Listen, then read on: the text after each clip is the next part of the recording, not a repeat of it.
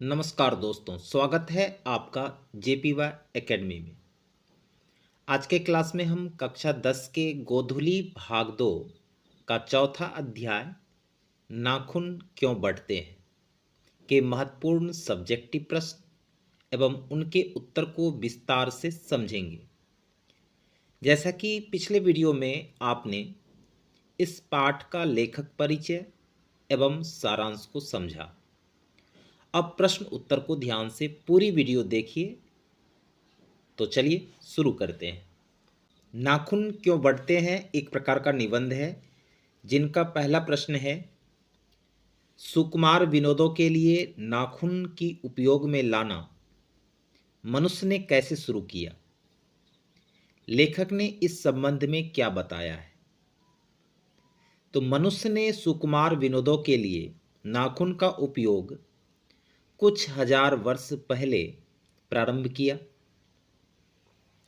लेखक ने इस संदर्भ में वात्सायन के कामसूत्र का उल्लेख किया है, जिससे ज्ञात होता है कि लगभग 2000 वर्ष पूर्व भारतवासी नाखूनों की विशेष देखभाल करते थे।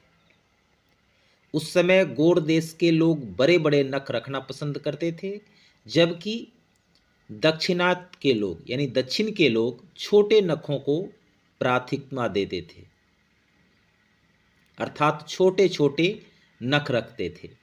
लेखक ने इस देश और काल की रुचि का विषय बताया है, यानी लेखक इस देश में काल के अनुसार लोगों की जो रुचि होती थी उनके विषय में बतलाया है। तो प्रश्न को आप ध्यान से समझ गए होंगे कि सुकुमार विनोदों के लिए नाखून की उपयोग में लाना मनुष्य ने कैसे शुरू किया।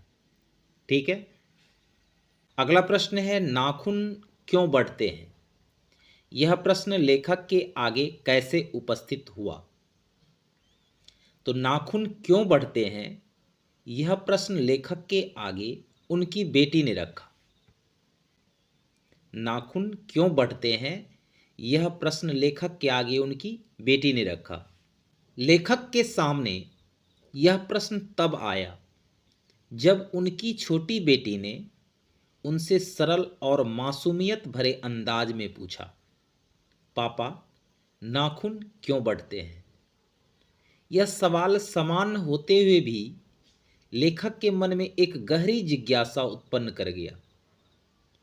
बेटी के इस प्रश्न ने लेखक को यह सोचने पर मजबूर किया कि हम अक्सर ऐसी साधारण घटनाओं पर ध्यान नहीं देते जो हमारे दैनिक जीवन का हिस्सा होता है। तो प्रश्न को आप ध्यान से समझ गए होंगे कि नाखून क्यों बढ़ते हैं, यह प्रश्न लेखक के आगे कैसे उपस्थित हुआ। ठीक है, अगला प्रश्न है, बढ़ते नाखूनों द्वारा प्रकृति मनुष्य की क्या याद दिलाती है? बढ़ते नाखूनों द्वारा प्रकृति मनुष्य को क्या याद दिलाती है? तो बढ़ते नाखूनों के माध्यम से प्रकृति मनुष्य को उसके प्राचीन अतीत की याद दिलाती है, बीते हुए समय की याद दिलाती है। प्राचीन काल में जब मनुष्य जंगली जीवन व्यतीत करता था, तब वह अपने नाखूनों और दांतों का उपयोग शिकार करने और अपनी रक्षा के लिए करता था। जिस समय मनुष्य जंगली था यानी जंगली जीवन व्यतीत करता था, तब वह अपने नाखून और दांतों का उपयोग शिकार के लिए करता था और तथा अपनी रक्षा करने के लिए। लेकिन समय के साथ आधुनिक उपकरणों और हथियारों के आविष्कार के कारण नाखूनों का उपयोग कम हो गया। जैसे जैसे आधुनिक उपकरण आए, हथियार का आविष्कार हुआ, नाखून का उपयोग कम हो गया। लेकिन नाखून आज भी बढ़ते हैं, जो यह संकेत देते हैं कि मनुष्य का अस्तित्व उन्हीं आदिम प्रवृत्तियों से विकसित हुआ है। प्रकृति इस तथ्य को नाखून के माध्यम से हमें बार बार स्मरण कराती है कि हमारी जो जड़ें हैं वह प्राचीनतम नख दंत पर निर्भर रहने वाले जीवों में है। ठीक है। अगला प्रश्न है, लेखक द्वारा नाखूनों को अस्त्र के रूप में देखना कहाँ तक संगत है? तो लेखक द्वारा नाखूनों को अस्त्र के रूप में देखना संगत है, क्योंकि प्राचीन काल में जब मनुष्य जंगली था तब नाखून ही उसका मुख्य अस्त्र था। मनुष्य जब जंगली था तब नाखून ही उसका क्या था? मुख्य अस्त्र था, जिसका उपयोग वह अपनी सुरक्षा और संघर्ष में करता था। सभ्यता के विकास के साथ नाखूनों का उपयोग कम हुआ, लेकिन जब कोई अन्य अस्त्र उपलब्ध न हो तो मनुष्य स्वाभाविक रूप से नाखूनों का ही उपयोग करेगा, जो यह एक प्राकृतिक प्रतिक्रिया है। तो प्रश्न यही था, लेखक द्वारा नाखूनों को अस्त्र के रूप में देखना कहाँ तक संगत है। फिर आगे प्रश्न है, मनुष्य बार बार नाखूनों को क्यों काटता है? तो प्रारंभिक काल में जब मनुष्य जंगली था तब नाखूनों का उपयोग वह अस्त्र के रूप में करता था, लेकिन सभ्यता के विकास के साथ जैसे जैसे लोगों में सभ्यता का विकास हुआ, उसे नाखूनों से अधिक शक्तिशाली अस्त्र प्राप्त हो गए। परिणाम स्वरूप आजकल नाखूनों का अस्त्र के रूप में कोई उपयोग नहीं है और मनुष्य इन्हें सौंदर्य के रूप में संवारने और काटने में अधिक रुचि रखता है। अब नाखून का सिर्फ उपयोग रह गया है सौंदर्य के रूप में, संवारने के रूप में, इसके अलावा काटने में अधिक रुचि रखता है। तो इसलिए मनुष्य बार बार नाखूनों को काटता है। अगला प्रश्न है, नख बढ़ाना और उन्हें काटना कैसे मनुष्य की सहजात वृत्तियां हैं? इनका क्या अभिप्राय है? तो मनुष्य में कुछ सहज वृत्तियां होती है जो स्वाभाविक रूप से होती है, जैसे नाखूनों का बढ़ना। नाखूनों का बढ़ना पशुत्व का संकेत है। नाखूनों का बढ़ना पशुत्व का संकेत है, अर्थात पाशविक वृत्ति का संकेत है, क्योंकि प्राचीन समय में यह अस्त्र के रूप में उपयोग होते थे। नाखूनों को काटना मनुष्यता की पहचान है, क्योंकि यह दिखाता है कि मनुष्य अपने पशुत्व को छोड़ चुका है। जो पाशविक वृत्ति है उनको मनुष्य क्या है? छोड़ चुका है और सभ्यता की ओर बढ़ चुका है। तो लेखक का अभिप्राय यह है कि नाखूनों का बढ़ना पशुता का प्रतीक है, जिसे मनुष्य काटकर सभ्यता और विकास की ओर बढ़ता है। अब अगला प्रश्न है, स्वाधीनता शब्द की सार्थकता लेखक क्या बताता है? तो लेखक के अनुसार स्वाधीनता शब्द की सार्थकता यह है कि यह केवल बाहरी स्वतंत्रता नहीं है, बल्कि अपने आप को स्वयं के नियंत्रण में रखना और अनुशासन में रहना है। स्वाधीनता का वास्तविक अर्थ अपने कर्मों और विचारों पर नियंत्रण रखना है, न कि अव्यवस्था और उच्छृंखलता में जीना। तो यह मनुष्य की मानसिक और आत्मिक स्वतंत्रता का प्रतीक है, स्वाधीनता। ठीक है।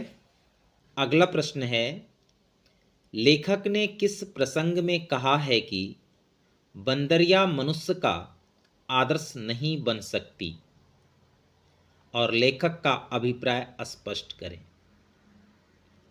तो लेखक ने संस्कृति की विशेषता को बताते हुए कहा है कि मरे हुए बच्चे को गोद में दबाए रखने वाली बंदरिया मनुष्य का आदर्श नहीं बन सकती।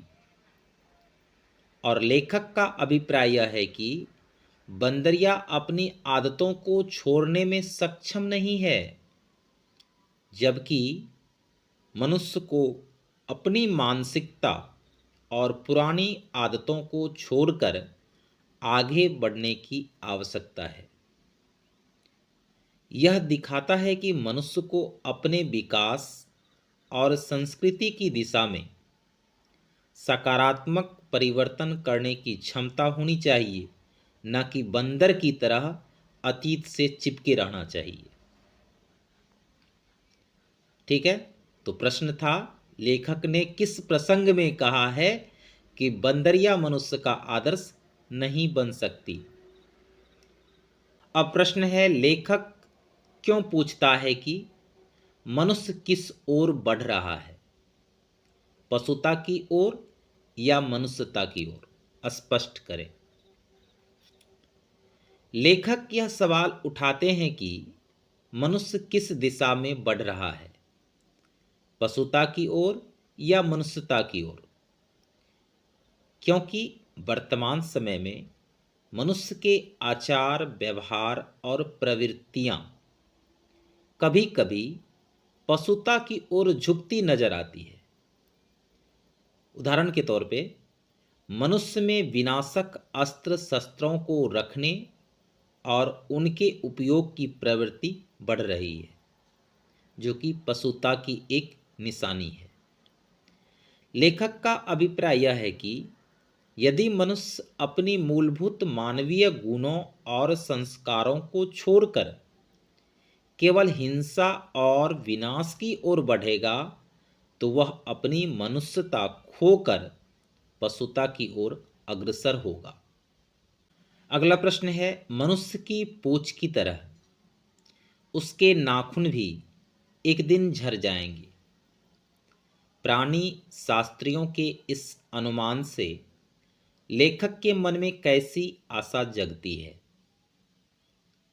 तो प्राणी शास्त्रियों के इस अनुमान से मनुष्य की पूंछ की तरह उसके नाखून भी एक दिन झड़ जाएंगे। लेखक के मन में यह आशा जागती है कि शायद नाखूनों का बढ़ना बंद हो जाएगा।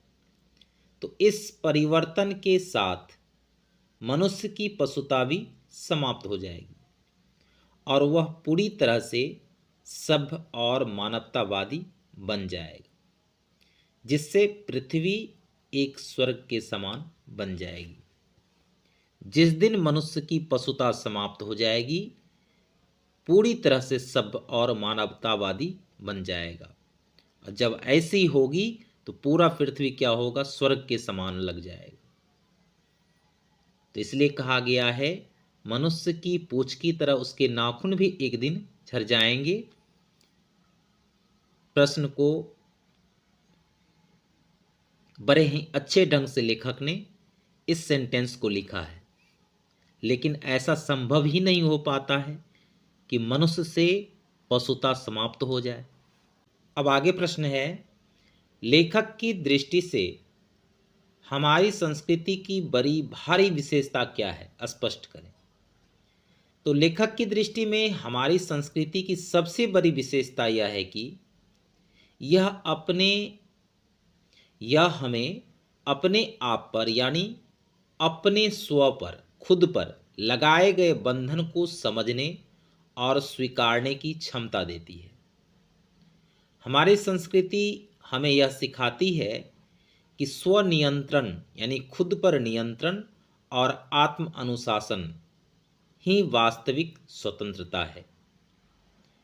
इस बंधन को हम आसानी से नहीं छोड़ सकते, क्योंकि यही हमें एक बेहतर और सभ्य जीने की दिशा में मार्गदर्शन करता है। तो यह बंधन ही हमारी संस्कृति की ताकत है। अब प्रश्न है व्याख्या करने वाला।